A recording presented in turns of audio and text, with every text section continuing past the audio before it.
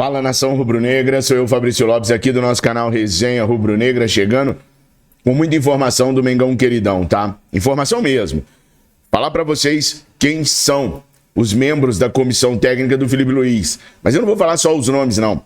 Eu vou trazer pra vocês o rosto deles, qual é a experiência deles, em que área cada um trabalha e em que eles podem contribuir. Tem muitas pessoas me pedindo pra traçar aquilo que o Felipe Luiz fez no Sub-20 do Flamengo e no Sub-17 para o que ele pode vir a fazer no profissional do Flamengo. Não é possível e viável nesse momento fazer um traçado disso por conta dos elencos, da personalidade dos elencos e de como que o Felipe Luiz vai conseguir controlar os gênios dos jogadores profissionais. É uma outra área. Não dá, por exemplo, para pegar os últimos jogos do Sub-20 e estipular que a maneira de jogar do Sub-20 será a maneira que o profissional vai jogar. Simplesmente porque ele subiu do Sub-20 para o profissional. Porque as características dos jogadores são diferentes. No Sub-20, os jogadores ainda estão aprendendo a trabalhar e a ocupar algumas posições. E nos profissionais, os caras já fazem isso há muito tempo. Não tem como você pedir, por exemplo, para um Davi Luiz aprender coisas novas. Não tem como, por exemplo, pegar o Gabigol e colocá-lo para aprender coisas novas. É aquilo que eles já sabem que eles vão executar, que eles vão fazer. E o Felipe vai precisar administrar um plano tático para posicionar esses jogadores da melhor maneira, da maneira mais harmoniosa. O que a gente pode esperar com certeza é um trabalho muito em cima do diálogo para que a equipe ocupe espaços, para que a gente não tenha mais aqueles buracos no meio de campo. Mas eu falo uma coisa para vocês, é um trabalho que vai levar tempo. Não achem vocês que o Felipe Luiz já vai apresentar um outro Flamengo contra a equipe do Corinthians na quarta-feira? Um Flamengo todo ajustadinho, todo certinho, porque ele fazia anotações do Jorge Jesus, não. No fato dele ter observado os treinos do Jorge Jesus e ter participado dele, o fato dele ter feito muitas anotações, não quer dizer que ele vai conseguir aplicar todas de hoje até quarta-feira, até porque hoje não teve treino. O treino hoje foi um regenerativo com aqueles jogadores que atuaram ontem e aqueles que atuaram pouco ou que não atuaram é que foram a campo por um pouco espaço de tempo para poder trabalhar um pouco o plano tático. Mas não se considera hoje um dia de treino. Amanhã a equipe do Flamengo vai treinar na parte da tarde. Primeiro, o Felipe Luiz vai ser apresentado na sala de imprensa do Ninho do Urubu. Nós estaremos ao vivo a partir das 13 horas da manhã para fazer a transmissão para vocês da coletiva de imprensa do Felipe Luiz. Então todo mundo já fique esperto, já fica ligadinho, porque 13 horas aqui no Resenha Rubro-Negra nós estaremos ao vivo, batendo um papo com vocês, falando com vocês sobre o Felipe Luiz e em seguida a gente vai transmitir a coletiva dele. Temos que ter muita paciência com o Felipe Luiz. O jogo contra o Olympiacos, para mim, é um jogo que diz muito sobre o Felipe Luiz e a sua maneira de treinar e sobre a paciência da torcida rubro-negra. A final do Intercontinental de Clubes, eu fiquei observando a torcida nas redes sociais, ainda tínhamos o Twitter naquela época, e geral estava massacrando a maneira de jogar do Sub-20, com muito espaçamento, com muitos jogadores não desempenhando o melhor papel. O próprio Matheus Gonçalves, por exemplo, não estava indo muito bem no primeiro tempo, e aí com algumas mexidas que o Felipe Luiz fez no segundo tempo, aí sim a equipe reagiu e deu no que deu. Mas até lá, muitas pessoas da torcida já estavam chamando o Felipe Luiz de treinador comum, que o time dele é tão bagunçado quanto o time do técnico Tite, né? Então é assim, todo trabalho demanda tempo, gente. A gente não pode cobrar do Felipe Luiz o que a gente vinha cobrando do técnico Tite.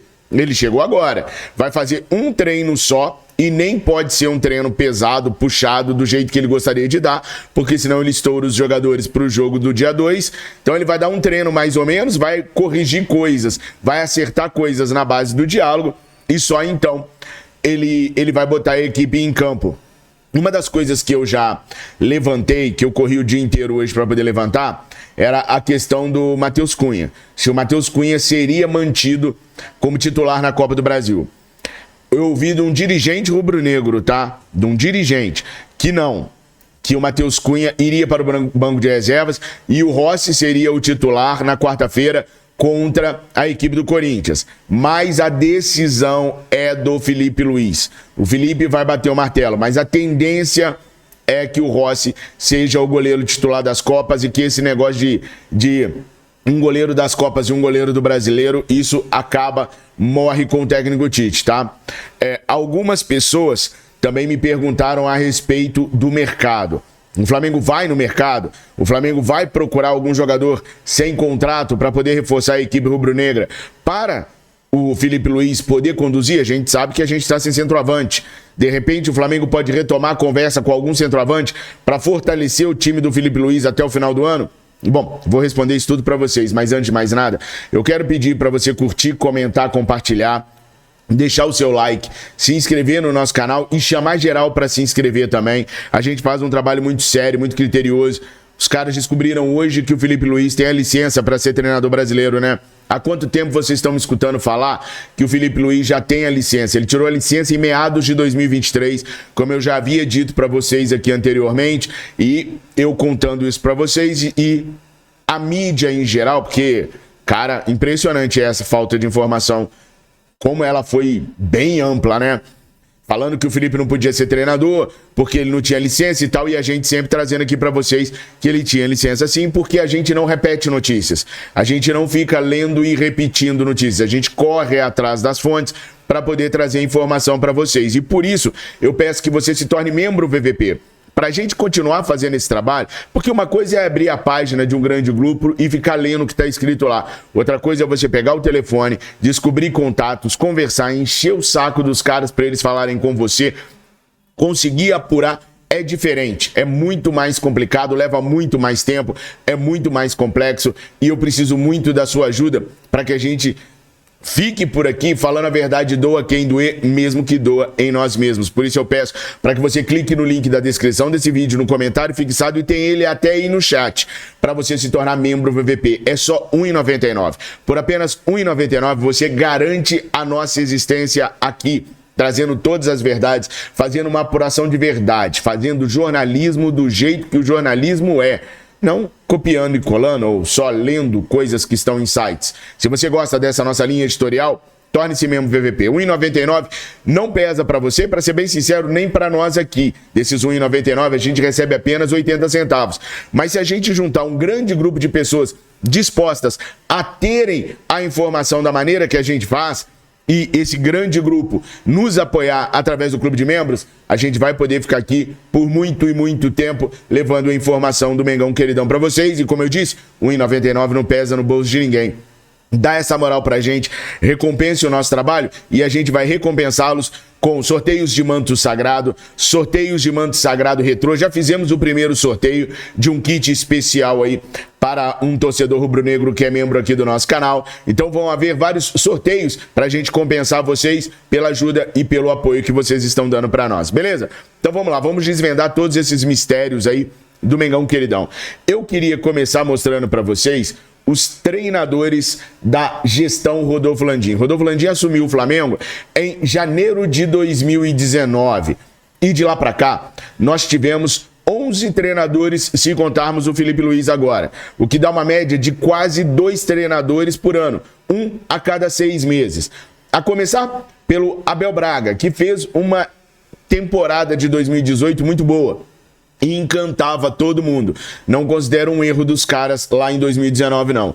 Ele ficou no Flamengo por 148 dias, de 1º de janeiro de 2019 a 29 de maio de 2019. Conflitos com Marcos Braz, principalmente, fizeram o técnico Abel Braga cair. Depois veio ele, o mito, o dono do negócio todo, Jorge Jesus. Ficou por 412 dias, de 1º de junho de 2019 a 17 de julho de 2020. Único acerto no Flamengo nesse tempo todo, porque apresentou um futebol que ninguém conhecia, fez o time jogar de uma maneira que ninguém nunca tinha feito e ganhou Libertadores e Campeonato Brasileiro num ano só. Com a saída dele para o Benfica, veio o Domenech Torrent, que ficou 101 dias, de 31 de julho de 2020 a 9 de novembro de 2020. Essa, para mim, tinha sido a maior contratação errônea dessa diretoria. O maior erro dessa diretoria, para mim, tinha sido Domenech Torrent. Logo depois veio o Rogério Ceni, por 242 dias. Marcos Braz eternizou a frase: se o Rogério Ceni pular sem paraquedas, eu pulo atrás. Olha a seriedade do dirigente rubro-negro. 10 de novembro de 2020 a 10 de julho de 2021. Ceni caiu depois de ganhar um campeonato brasileiro da forma mais estranha que a gente já ganhou, mas ainda assim foi campeão brasileiro. Veio o Renato Gaúcho, um dos treinadores que mais fez essa equipe marcar gols. Era uma equipe que jogava para frente, era uma equipe que não tinha muito plano tático, era tudo na base do rachão, nos treinos, os jogadores reclamavam disso, mas ele conseguiu levar a equipe em 139 dias à final da Libertadores da América. Não fosse a falta de sorte do Pitico, do Andréas Pereira, pode ser que a gente tivesse vencido a Libertadores da América em cima do Palmeiras. Vale lembrar que além da falha do Andréas Pereira, também tivemos aí um caminhão de gols perdidos por Michael e Gabigol naquela oportunidade.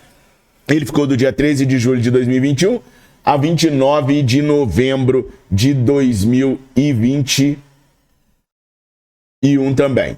Depois veio Paulo Sousa, o romântico Paulo Sousa.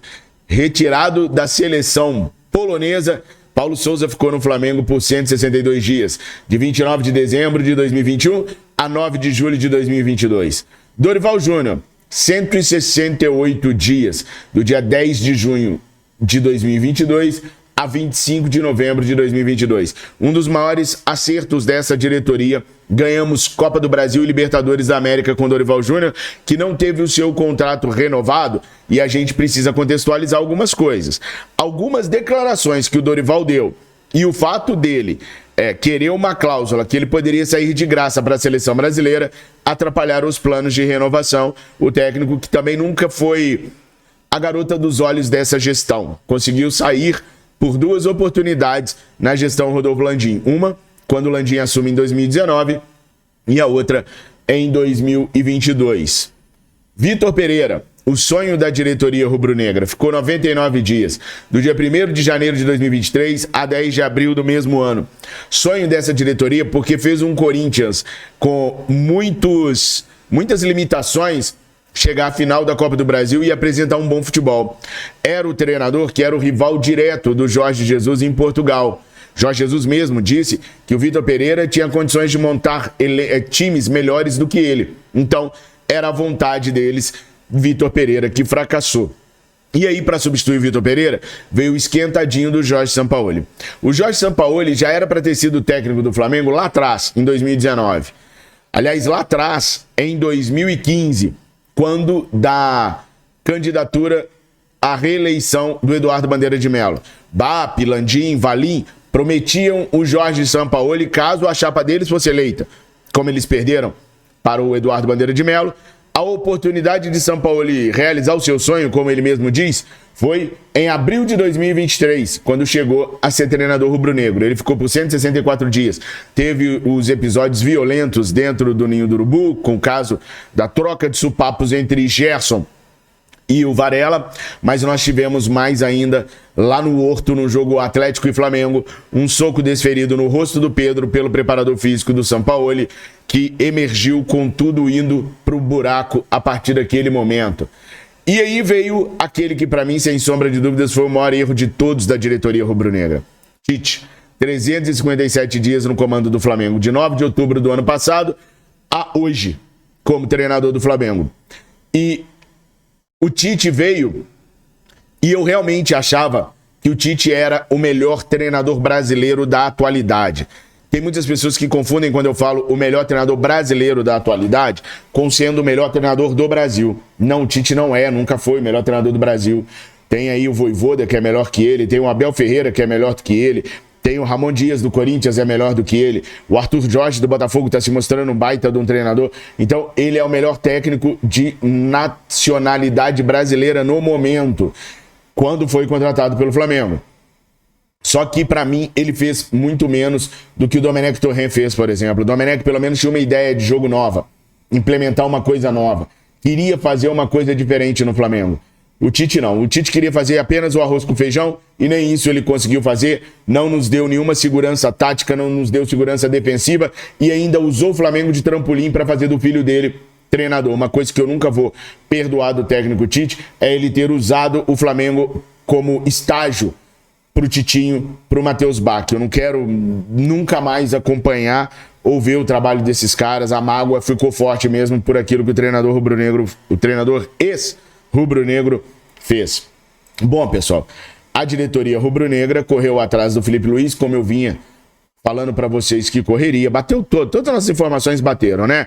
Que o Felipe Luiz assumiria, que ele tem a licença sim, apesar do meu WhatsApp ter ficado nos últimos... Gente, se eu guardasse mágoa, a quantidade de xingamentos que veio no meu WhatsApp, porque o meu WhatsApp, pessoal, ele tá aqui na descrição do vídeo. Quem quiser conversar comigo é só me chamar lá. E a quantidade de pessoas que vieram me chamando de mentiroso, que o Felipe Luiz não tem a licença A, que eu tava iludindo a torcida do Flamengo e tal. Vocês não têm noção, talvez por isso eu tenha adoecido. Eu tô meio doente, desde ontem que eu tô com febre, eu gravei o vídeo hoje com 40 graus e tal. Muita pressão, muito estresse. Lendo muitas coisas, muitas inverdades no WhatsApp, muita gente falando o que não deveria falar. Para hoje tá confirmando aí as nossas informações, sem estresse. Mas enfim, tudo foi acontecendo da maneira que a gente falou para vocês que aconteceria. E eu tô vendo em muitos lugares aí, colocando assim, conheça a comissão técnica do Felipe Luiz, veja quem são os membros da comissão técnica do Felipe Luiz. Mas e aí, só colocar os nomes, repetir a nota oficial do Flamengo, não adianta nada. Nós, como torcedores, a gente quer saber quem são os caras, por onde eles passaram, por que eles estão no Flamengo, o que os credencia estar no Flamengo. E é isso que eu vou fazer com vocês. Pessoal, essa é a comissão técnica do Felipe Luiz, tá? Ivan Palanco, Bruno Baguete, Márcio Torres, Daniel Alegria, Diogo Linhares e Vinícius Bergantin.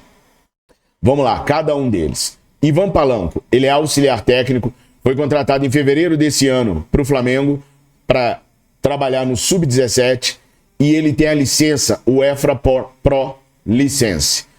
Ou seja, ele pode treinar o time, se for preciso, o Ivan Palanco pode treinar o time do Flamengo no Campeonato Brasileiro e em competições internacionais, tá? Porque ele tem a licença UEFA Pro, que é aceita aqui dentro do Brasil. A licença a Academy da CBF, ela não é aceita na Europa. Então o treinador que tem a licença A Academy da CBF não pode treinar em competições internacionais, tá? Então o Ivan Palanco pode. Se bem que a gente não tem competição internacional nenhuma para disputar esse ano, mas o Ivan Palanco pode. A CBF trabalha para fazer com que a licença dela, a licença A, valha também para fora do Brasil, mas por enquanto ainda não conseguiu esse feito. Bruno Baquete é analista de desempenho, ele foi contratado em março deste ano. Ele é ex-analista de desempenho da CBF.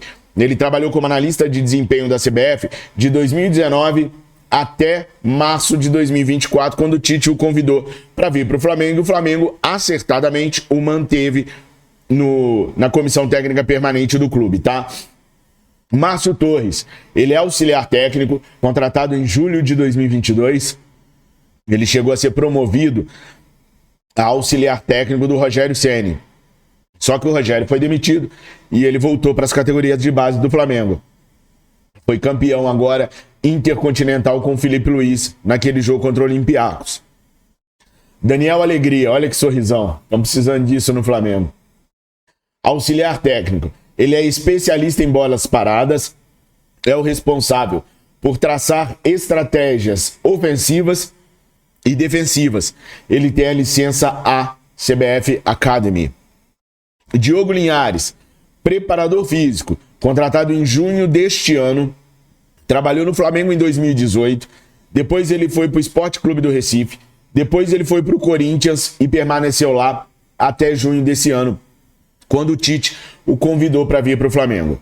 Então, o preparador físico-chefe, que era o Fábio Maceredijan, sai junto com o Tite e o Diogo Linhares assume a preparação física junto com o Felipe Luiz.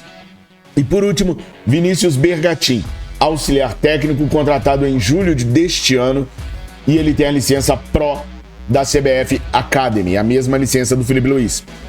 Ele veio da Ferroviária para poder ajudar o time, ajudar o Tite a tomar menos gols, a ter um sistema defensivo mais forte. Da chegada de Vinícius Bergantin para cá, o Flamengo fez 17 jogos, levou gols em 16. Então, parece que o Vinícius Bergantin ainda não engrenou no Flamengo, mas a gente obviamente vai torcer para que ele engrene e para que ele vire um grande auxiliar do Felipe Luiz. Sobre as pessoas me perguntarem, o Flamengo vai no mercado contratar um centroavante? Não, o Flamengo não vai no mercado. Por quê?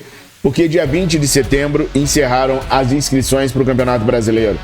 No dia 13, se não me falha a memória, fechou as inscrições para a Copa do Brasil. Então não adianta ir contratar ninguém agora, porque não vai poder jogar mais esse ano. Nem quem está sem contrato. Por isso, o Flamengo não deve mais fazer contratações esse ano. Vasco e Corinthians estão pensando em entrar no STJD contra as alterações de datas dos jogos de volta da Copa do Brasil. A CBF aguarda e, caso aconteça alguma coisa, vai tomar as devidas providências, senão segue o barco. Nação, me perdoe por estar com essa cara que eu estou, mas por dentro eu estou feliz pela mudança, pelo fato novo. Eu só estou muito gripado, tá? Tô com um resfriado muito forte, diz a Miriane, que é o estresse dos últimos dias, que vocês não têm noção de como é que eu fico. Fora com a câmera desligada, mas tá valendo. Dias melhores virão, não virão? Expectativa boa, né? Vamos ganhar essa Copa do Brasil e vamos lutar por esse Brasileirão, se Deus quiser. Tamo juntos, nação. Curta, comenta, compartilha, se inscreva, chama geral para se inscrever, torne-se membro VVP. Tenham todos uma excelente segunda-feira. Saudações rubro-negra.